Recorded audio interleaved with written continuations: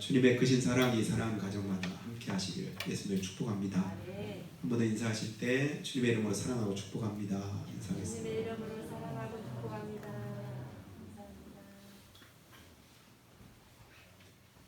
감사합니다. 대체로 믿음의 사람들은 그 믿음의 진가가 어느 때 드러나냐 하면 평상시에는 믿음 있는 사람이나 믿음 없는 사람이나 별반 차이가 없는 것 같아요. 근데 어떤 어려운 일을 만나고 환경이 열악할 때 그때 믿음의 진가가 드러나는 걸 봅니다. 똑같은 어려움인데 어떤 사람들은 그것 때문에 원망하고 불평하고 또 그로 인해서 낙심하고 좌절하는데, 또 다른 이는 그것 때문에 오히려 더 하나님의 은혜를 되새기고 또 하나님께 더 가까이 나아가고 또 믿음을 새롭게 하는 그런 경우들을 보게 됩니다. 여러분은 어느 경우에 속하나요? 술주정뱅이 부모를 둔 자녀들 가운데도 똑같이 다 술주정뱅이가 되는 것은 아니잖아요.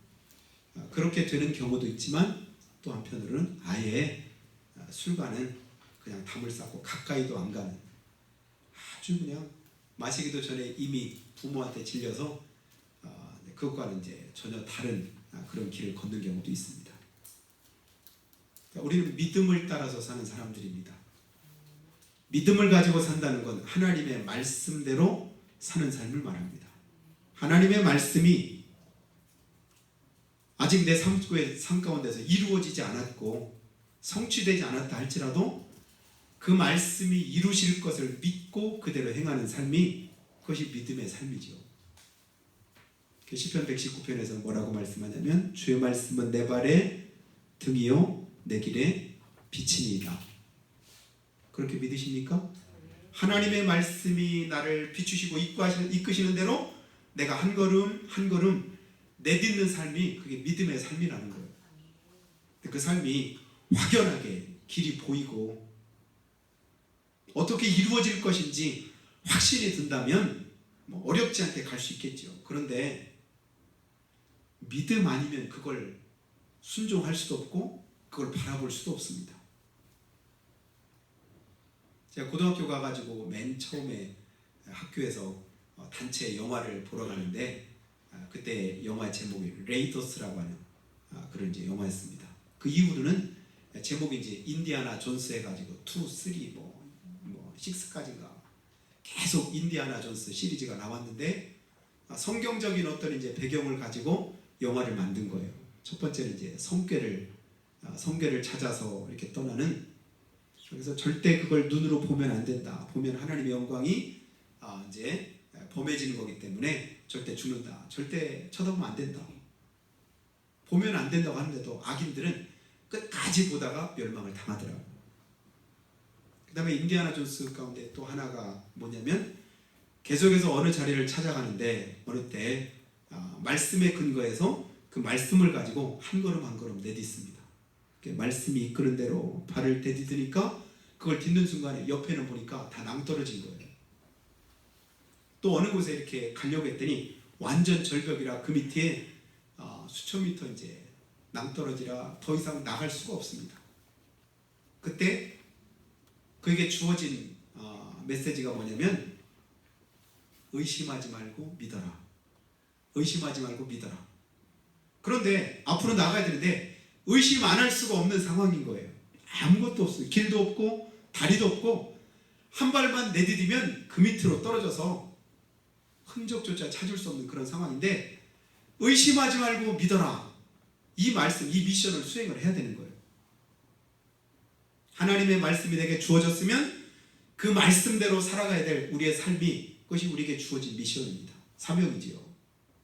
근데 그 주인공이 어떻게 하냐면 그 말씀을 의지해서 아무것도 없는 낭떠러지에 발을 그냥 내딛는 거예요. 그 순간에 신기하게 거기서 다리가 쫙 생깁니다. 눈에 안 보였는데, 아니 다리를 그냥 먼저 만들어주고 그리로 가라면 쉬울 텐데 안 보이던 다리가 내가 먼저 발을 내딛는 순간에 그게 생겨서 그리로 이제 가게 되는 거예요. 요단강이 갈라질 때 모습과 같은 것이지요. 내 발이 요단강에 닿는 순간에, 발을 담그는 그때 하나님의 역사가 일어나더라.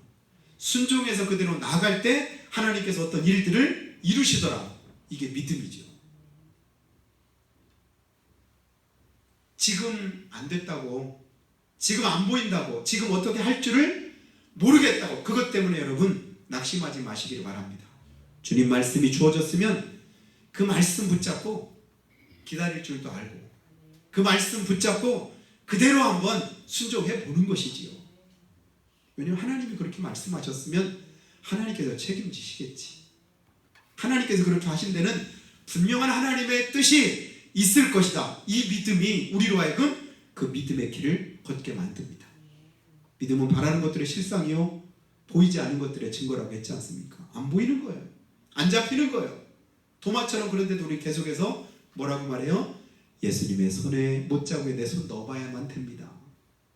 옆구리 창자국에 내 손 넣어보기 전에 나는 절대로 믿을 수가 없습니다. 자꾸 뭔가 표적을 구하고 눈에 잡히는 것을 구하고 그러다 보면 우리의 믿음은 늘 제자리 걸음일 때가 있는데, 여러분 어렵고 힘들 때일수록 더더욱 하나님 앞에 한 걸음 더, 그때일수록 더더욱 하나님의 말씀대로, 내가 내 힘으로 안 되는 어떤 문제를 만났을 때 더더욱 하나님의 말씀에 의지해서 하나님 앞에 한 번 더 무릎 꿇고 그대로 순종하는 믿음의 삶이 여러분에게 함께 하시기를 주님으로 축원합니다. 참으로 이 세상은 어려운 그런 시대를 우리가 살아가고 있잖아요.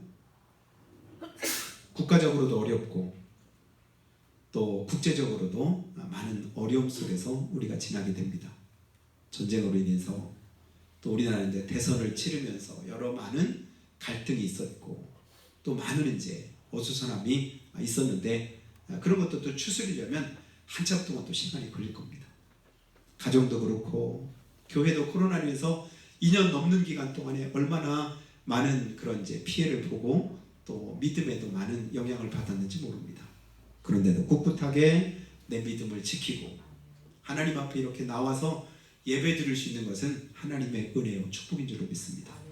근데 마음은 나오고 싶은데 엊그제 보니까 홍성에서도 코로나 확진자가 기록을 세우고 오늘도 500명 넘는 사람들이 또 이제 그렇게 되고, 어느 곳이나 안전한 곳이 아무 데도 없습니다. 혹여 내가 코로나에 걸렸다 해도 내 몸은 괜찮은데도 다른 사람들 때문에 또 나오지 못하고 그런 분들도 여러분 계신 것을 우리가 보게 되는데요. 그런 때, 어렵고 힘들 때 더더욱 주님 의지하고 하나님의 도우심을 덧입는 저 여러분이 되시기를 예수님을 축원합니다. 룻기서는 짧은 성경이기 때문에 여러분 금방 내용은 여러분 이해하고 있으리라고 생각이 됩니다. 오늘 말씀의 1절에서 5절 안에 보면 주인공의 이름들이 거의 다 드러나요. 룻이 나오고 나오미가 나오고 엘리멜렉이 나오고 말론과 기련이 나오고, 그 다음에 주인공 하나가 뒷부분에 나오는데 보아스라고 하는 사람이 나옵니다. 룻은 성경의 제목이니까 여러분이 다 아시겠죠? 모압의 나오미의 둘째 작은 며느리인데 모압 사람이다. 그가 효부로서 남편도 죽고 그리고 어머니하고 자기 둘만 남았는데 그 며느리 이제 제 살 길로 가라고 했더니 그냥 가고, 이 작은 며느리가 자기 시어머니를 봉양하겠다고 낯선 시어머니의 나라로 그가 이제 오게 되는 그런 과정들이 있게 되는데요. 이 나오미, 룻의 시어머니였던 나오미가 왜 모압 땅으로 가게 되었는가 하는 것을 오늘 말씀에서 이렇게 소개를 합니다. 1절 보니까요, 사사들이 치리하던 때, 여러분 사사시대 하면요 영적인 암흑기라고 이렇게 이제 표현을 합니다. 한 400여 년 동안에 사사들이 다스리던 그 시대인데 영적으로 어두운 거예요. 하나님의 말씀대로 살려고, 하나님의 뜻대로 살려고 몸부림치고 애쓰고 이런 삶이 아니라 환경에 따라서 말씀과는 상관없는 자기 마음에 원하는 바를 계속 이제 하고, 그때마다 어려움을 겪고 고난 겪고, 그때 잠깐 동안만 하나님의 은혜를 구하고 또 문제 해결되면 금방 또 언제 그랬나 싶게 또 그러고, 그런 과정들이 계속 반복되던 시대가 사사시대입니다. 그 땅에 흉년이 드니라. 유다 베들레헴 땅입니다. 그러니까 하나님의 은혜가 임한 예수님께서 나실 유대 땅 베들레헴, 그곳에 흉년이 들었다. 상황과 여건이 좋지 않은 거예요. 근데 영적으로는 더 그렇습니다. 환경이 어렵고 상황이 힘들어도 내가 영적으로 바로 서면 그게 크게 문제가 안 됩니다. 얼마든지 언제든지 회복될 가능성이 있어요. 근데 영적으로 어두우면, 영적으로 흉년이 들면 상황과 여건에 상관없이 흔들리고 또 어려움 가운데 처하게 됩니다. 유다 베들레헴에 한 사람이 있는데 그의 아내와 두 아들을 데리고 모압 지방에 가서 거류했더라. 사실은 갈 때는 나중에 이제 나오미가 베들레헴으로 돌아오면서 말하기를 갈 때는 부유하게 갔는데 올 때는 아무것도 남지 않았다, 이런 고백을 해요. 갈 때는 그래도 그 지역에 흉년은 들었을지는 크게 어렵지 않았었어요.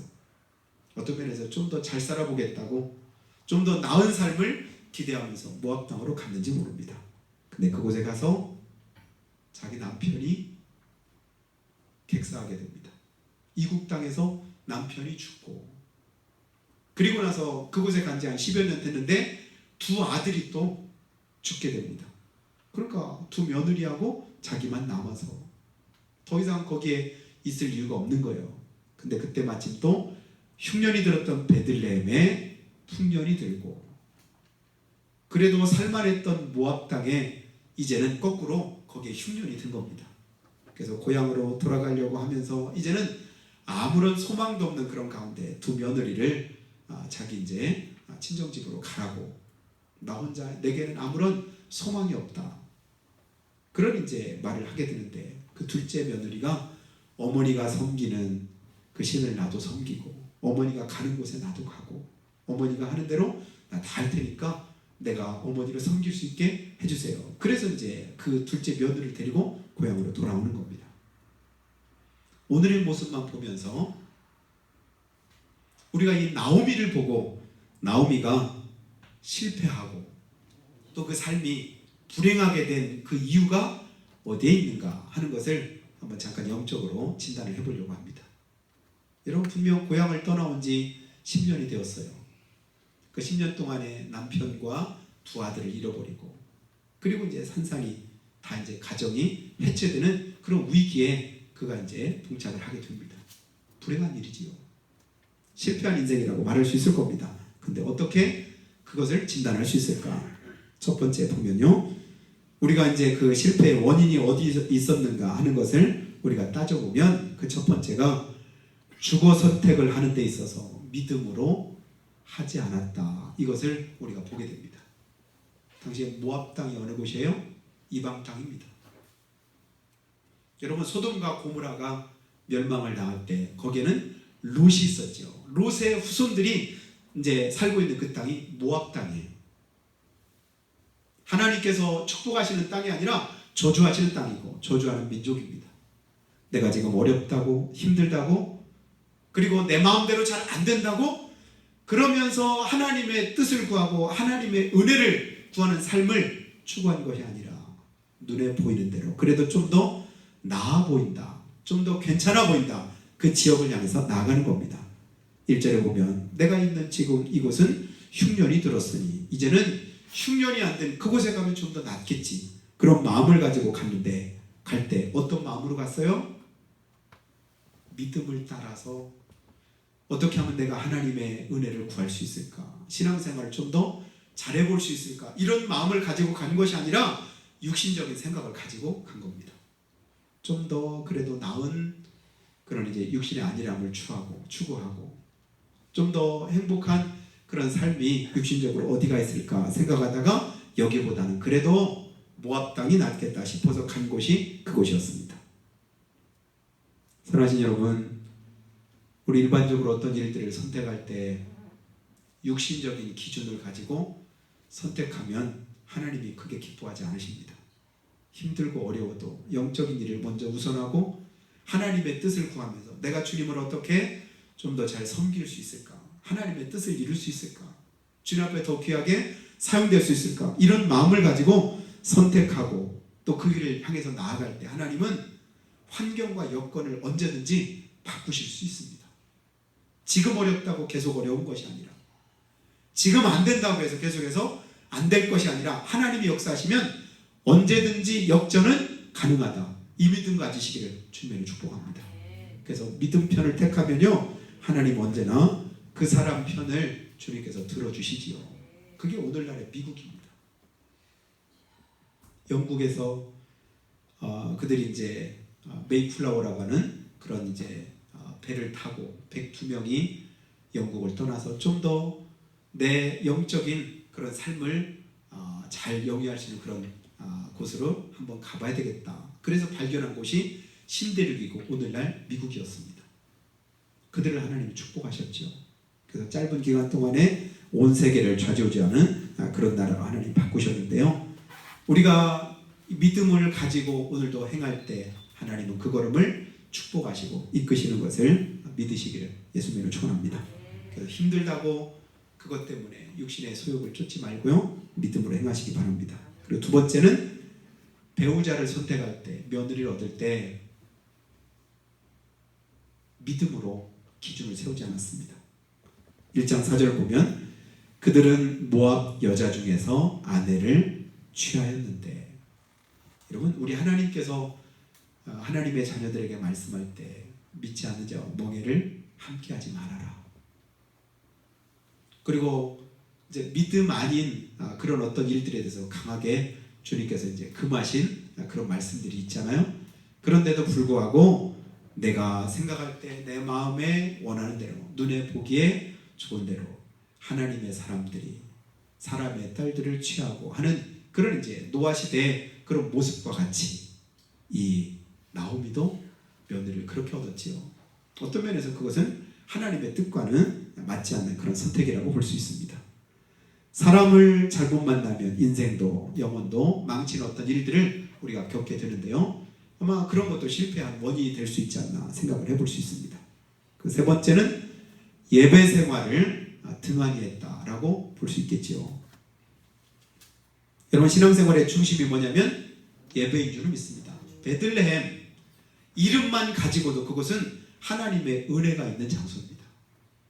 하나님의 축복이, 하나님의 약속이 서려있는 그곳이죠. 근데 모압 땅에는 하나님의 약속이 전혀 없는 그런 장소예요. 그곳에 가서 오늘 나오미가 에비멜렉이 같이 이제 엘리멜렉이 같이 예배를 드렸다, 하나님께 제사했다, 이런 이제 기록이 없잖아요. 아마 그런 곳에서 제대로 예배 생활을 했으리라고 생각이 안 됩니다. 교회를 멀리하고 하나님을 멀리하다 보면 자연스럽게 우리 영적인 상태도 나도 모르는 사이에 시들게 되고 메마르게 되어 있습니다. 주님께 가까이 할 때, 하나님의 몸된 교회에 붙어 있을 때 나도 모르는 사이에 하나님의 은혜에 젖어들고, 여러분, 안개가 꼭 이슬비가 내릴 때 그것쯤이야 하고서 이제 우리가 이제 우산을 쓰지 않고 그렇게 한참 다니다 보면 나도 모르게 머리가 젖어 있고 온몸에 축축하게 되는 것을 우리가 느끼잖아요. 영적인 것도 마찬가지입니다. 영적인 자리에 내가 계속해서 자주 있다 보면 나도 모르는 사이에 영적인 은혜가 나에게 젖어들어요. 근데 그 자리를 떠나서 불신의 자리에 오랫동안 있고 불신의 장소에서 오랫동안 머물다 보면 그것도 또한 똑같이 내 마음에, 내 삶 가운데 임하게 되는 거 봅니다. 신앙생활에 있어서 예배가 최우선임에도 예배에 성공하지 못하면 다른 어떤 은혜도 우리가 덧입지 못하게 되는데, 나오미가 그랬다라고 우리가 이제 진단을 해볼 수 있을 겁니다. 예배하는 자가 신령과 진정으로 주님은 예배하기를 원하는데, 여러분, 우리 마음의 신령과 진정이 뭘까요? 온 마음과 온 정성을 다 가지고 하나님을 예배한다. 이건 뭐냐면 내 삶의 중심을 하나님께 둔다, 이런 의미를 가지고 있는 거예요. 근데 흉년이 들었으니 상황과 여건을 따르니 결국 하나님과 상관없는 그런 삶이 되는 거죠. 그러다 보니까 그의 삶이 이제는 불행의 대명사가 되고 아무것도 남지 않은, 누가 봐도 실패했다고 밖에 말할 수 없는 그런 상황과 여건이 되었습니다. 근데 성경이 1장에서 끝났느냐? 그랬더라면 아마 이 룻기가 기록될 이유가 없었을 거예요. 그런데 이 나오미는 결론적으로 말하면 이 실패를 딛고 성공의 자리로 나아가게 되고 또 승리하는 삶을 그가 살게 됩니다. 그것을 이제 우리에게 보여주고 있는 말씀인데요. 그렇다면 실패와 위기의 비결을 우리가 어떻게 생각해 볼 수 있을까?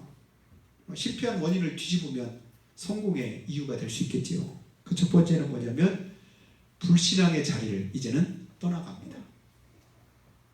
처음에는 모압으로 내가 있던 베들레헴이 흉년이 들어서 나아갔지만 이제는 그곳에 거꾸로 흉년이 든 거예요.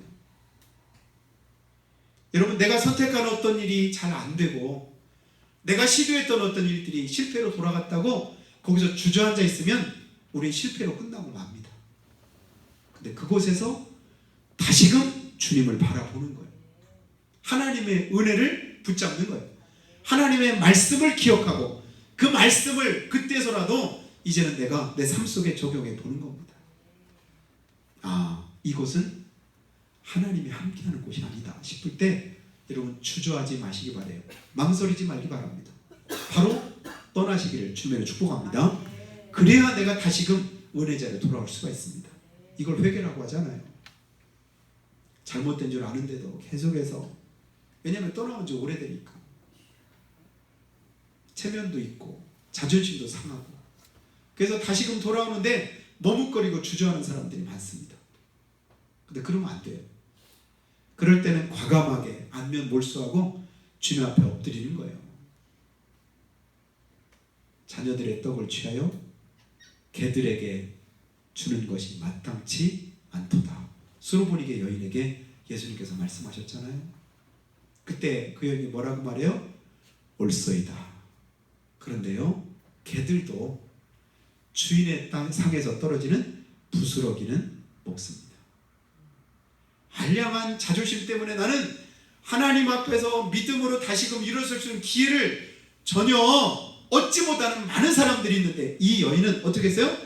개 같다고 주님께서 친히 말씀하신데도 불구하고 뭐라고 해요? 맞습니다. 옳습니다. 나는 개입니다. 근데 그게 중요한 게 아닌 거예요. 딸의 영혼이 중요하고 생명이 더 중요합니다. 그것보다 훨씬 더 중요한 것이 있는 거예요. 내 자존심보다도 내 영혼의 구원이 중요하고 내 가정에 하나님의 은혜가 임하는 것이 훨씬 더 중요하기 때문에 그것을 감수하고 다시금 주님께로 한 걸음 더 내딛는 겁니다. 여러분, 이것이 아니다 싶을 때 영적으로 진단이 나오면 바로 하나님 앞에 믿음의 길로 들어서기를 예수님을 축원합니다. 그러면 하나님이 기뻐하십니다. 그를 붙들어 주십니다.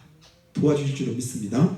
사랑하는 여러분, 탕자가 아버지 집 떠났다가 그것이 좋을 줄 알았지만 결국은 실패하고 낙심하고 죽을 것 같고 굶어 죽을 뻔했잖아요. 돼지가 먹는 지역 열매조차도 없어서 못 먹을 만큼 처량한 신세가 됐잖아요. 그런데 떠나온 자기 집에 자기 아버지에게, 형에게 어떻게 낯을 들고 갈 수가 있겠습니까? 근데 나중에 갈 때 한 가지 목적밖에 없었습니다. 살려면, 살래니까. 다른 거 다 뒤로 하고 내가 뭐 이제 자식의 지위는 고사하고 그냥 품꾼의 하나로 머슴으로 나를 삼아준다 할지라도 그냥 거기 가면 그래도 살 수 있다고 믿어지니까 그 믿음 가지고 왔더니 다시 회복의 은혜를 덧입잖아요. 우리 주님은 우리 연약함과 부족함을 그것을 나무라지 않으십니다. 내가 좌절하고 실패하고 낙심해도 하나님께서는 나를 불쌍히 여겨주십니다. 그럼에도 우리를 향해서 뭐라고 말씀해요? 일어서라고 말씀하십니다. 나도 너를 정죄하지 아니하노니 이제 가서 다시는 죄를 범하지 말아라. 너를 향해서 돌을 들던 사람들이 다 어디 갔느냐? 다 뿔뿔이 흩어졌지 않느냐? 나도 너를 정죄하지 않는다. 우리 죄가 좋은 것 같을지라도 먹과 같이 거물지라도 그게 문제가 아닌 거예요. 문제는 뭐예요? 하나님께 나오지 않는 게 문제인 거예요. 나는 너무 죄가 많아서, 허물이 많아서, 부족한 게 많아서, 하나님 앞에 너무 염치가 없어서 내가 가지고 있는 그 이유와 핑계가 주님 앞에는 더 이상 통하지 않습니다. 주님은 그럼에도 불구하고 뭐라고 말씀하셔요? 오라, 내가 오늘 나와 함께 낙원에 있으리라. 십자가에 매달려 자기 죄로 죽어 마땅한 강도에게도 은혜를 베푸시는 우리 주님이시잖아요. 근데 하물며 피값으로 구원하신 하나님의 자녀들이 주님께로 돌아올 때 하나님은 더 큰 은혜를 우리 가운데 주시고도 남음이 있는 것이지요. 그리고 이 실패와 이 불행을 다시 한번 딛게 된 그 사실 두 번째는 뭐냐면 하나님의 섭리에 이제는 이 나오미가 순종합니다. 1장 20절을 한번 보시면요. 뭐라고 고백하냐면 전능자가 나를 심히 괴롭게 하셨습니다. 가만히 내가 고통받는 이유를 가만히 생각해 보니까 내가 주님 떠나서 그랬구나. 믿음을 떠났더니 그랬구나. 하나님의 말씀을 버렸더니 내게 이런 어려움과 고난이 찾아들게 되었구나. 그때서야 내 삶을 뭐로 진단하는 거예요? 하나님의 은혜로 다시 한번 진단해 보는 거예요. 전능자가 나를 괴롭게 하셨구나. 21절도 보면 내가 풍족하게 나갔더니 여호와께서 나로 비어 돌아오게 하셨느니라. 나갈 때는 육신적으로는 풍족했었습니다. 근데 그 영혼이 가랬었지요. 근데 이제는 거꾸로 깨닫고 보니까 어때요? 육신적으로는 아무것도 남은 게 없어요. 근데 뭘 찾냐면 잃어버렸던 믿음을 찾는 거예요. 하나님을 찾는 거예요. 여러분 어느 게 더 복이 있을까요? 우선 보기에는 먹고 살만하고 부유한 삶이 복인 것 같지만 그러나 하나님 편에서 볼 때 무엇이 더 복이 있는가? 우리가 다시 한번 어렵지 않게 생각해 볼 수 있을 것입니다. 영적으로 새롭게 회복되고 거듭나는 것이 오히려 더 은혜인 것을 다시 한번 깨닫게 됩니다. 21절 하반절에 여호와께서 나를 징벌하셨고 전능자가 나를 괴롭게 하셨거늘. 전능자가 나를 괴롭게 하셨거늘. 여러분 하나님은 우리를 괴롭게 하시는 분이고 우리를 망하게 하시는 분이고 우리를 실패해서 좌절하도록 만드시는 우리 하나님이 아니십니다. 예레미야가 3장 말씀에 보면 뭐라고 말씀해요?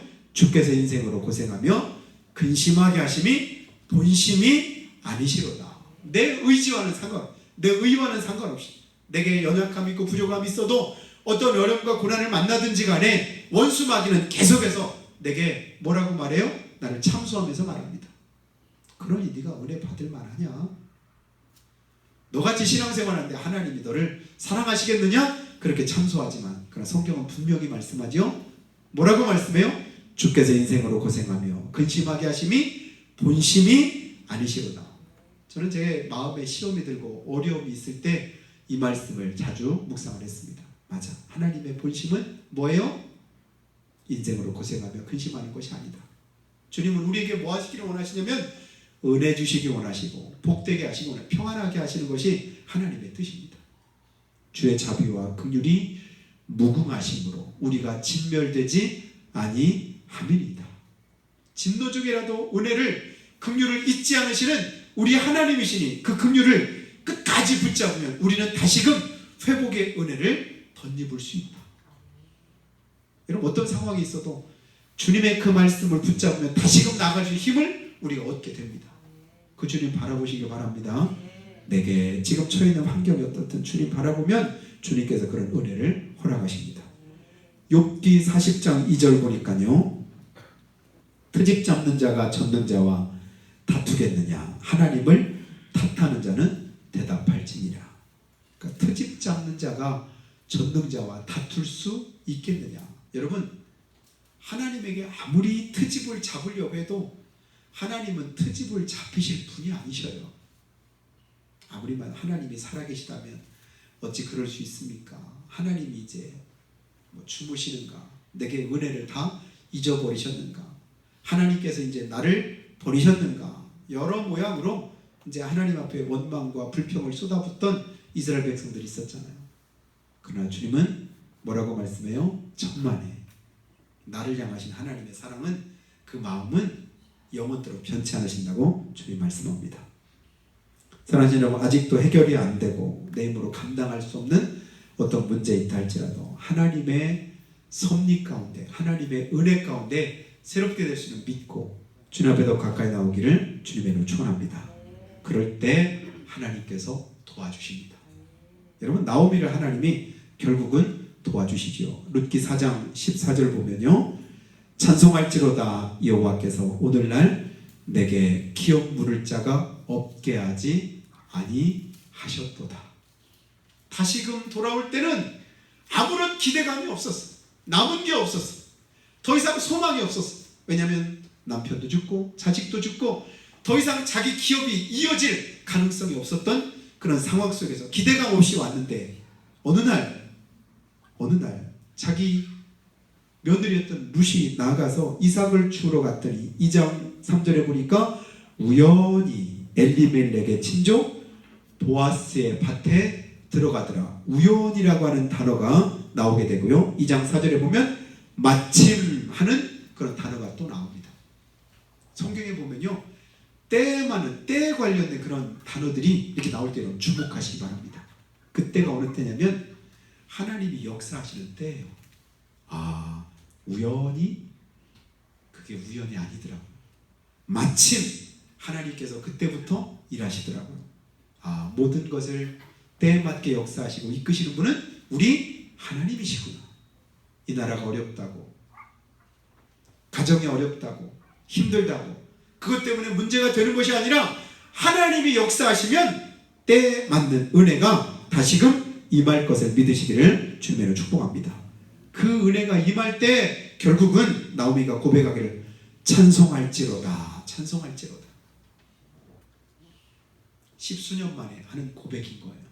찬송할지로다. 여호와께서 오늘날 내게 기업 물을 자가 없게 하지 않으셨도다. 완전히 우리가 망하도록 그냥 버려두지 않으셨구나. 이 은혜를 덧입게 됩니다. 그로 인해서 기업 물을 자 보아스를 통해서 이제 자기 며느리 룻이 자기의 대를 이을 아들을 낳습니다. 그게 이제 법적으로는 그 낳은 아들이 누구냐면 이 나오미의 아들이 되는 거예요. 그래서 그를 이제 키우게 되는데 그의 이름이 성경 안에 이제 기록이 되는데 그가 누구라고 말하냐면 오벳인데, 오벳 하면 조금 나치선데 저는 몇 번 말씀드렸죠. 오벳의 아들이 이새요. 이새의 아들이 누구라고요? 다윗 왕이더라.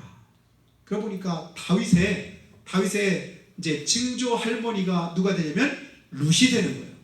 또 그 가문에서 누가 와요? 예수님이 나오시더라. 이거 설명하려고 룻기를 성경 안에다가 놓았는데요. 모압 땅에 살고 있을 때는 아무런 소망도 별 의미도 없는 그런 삶이었는데 어느 날 진짜 어렵고 힘들어서 그것 때문에 다 끝난 줄 알았더니 결국 하나님을 붙잡고 믿음으로 행했더니 하나님은 생각지도 못한 그런 은혜를, 역사를 이루게 하셨더라. 여러분 지난 수요일날 대통령 선거 하셨나요? 1년 전에 지금 당선된 그분이 대통령이 될 거라고 생각해 보신 분 혹시 계신가요? 정치에 입문한 지 200몇십, 채 1년도 안 돼서 최단 시간에 대통령에 당선된 사람 아마 유일하다고 볼 수 있을 텐데요. 전혀 그 생각을 안 하던 어떤 상황 속에서 이렇게 되고 있는데